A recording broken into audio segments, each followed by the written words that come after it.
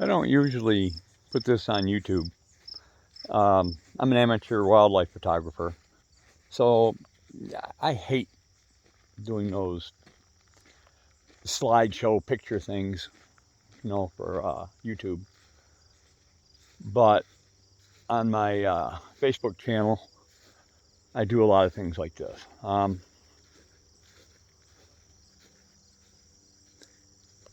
Like, well, like this sunset. I thought I'd just give you guys an idea.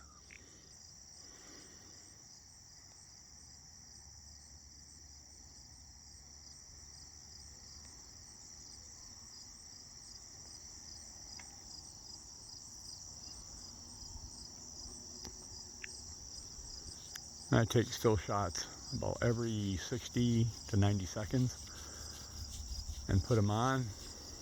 I get on to a lot of local TV stations and stuff with the snapshots I take.